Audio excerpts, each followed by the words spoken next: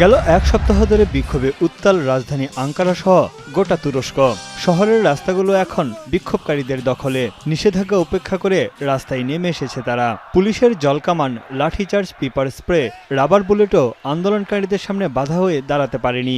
যতই দিন যাচ্ছে তীব্র থেকে তীব্রতর হচ্ছে এরদোয়ান বিরোধী আন্দোলন। গেল ১৯ মার্চ প্রেসিডেন্ট এরদোয়ানের প্রধান প্রতিদ্বন্দ্বী ইস্তাম্বুলের মেয়র ইমামোলোকে দুর্নীতির দায়ে আটকের পর থেকেই আন্দোলন দানা বাঁধতে শুরু করে।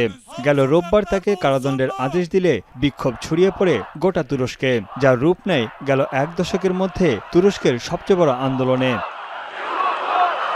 পুলিশ দিয়ে আন্দোলন দমাতে ব্যর্থ এরদোয়ান প্রশাসন এবার সবকিছুর জন্য দায় চাপাচ্ছে বিরোধী নেতা কারাবন্দী ইমামোলের উপর।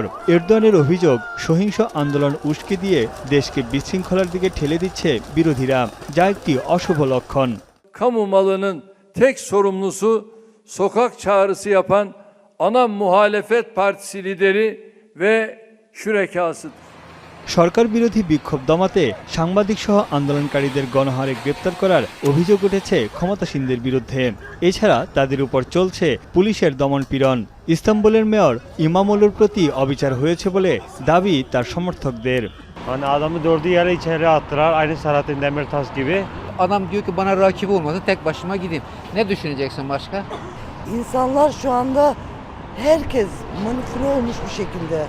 এদিকে ২০২৮ সালের আসন্ন প্রেসিডেন্ট নির্বাচনে তুরস্কের প্রধান বিরোধী দল সিএইচপির প্রার্থী নির্বাচিত হয়েছেন কারাবন্দী একরাম ইমামোলো। প্রায় ১.৫ কোটি ভোটে তিনি প্রার্থী নির্বাচিত হন, যা তাকে জাতীয় সমর্থনের ইঙ্গিত দিচ্ছে।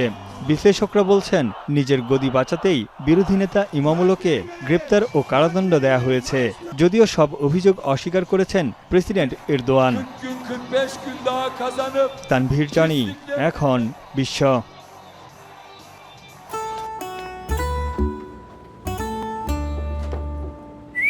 এই ঈদে জুয়েলারি ক্লোদিংয়ে বিকাশ পেমেন্টে ডিসকাউন্ট।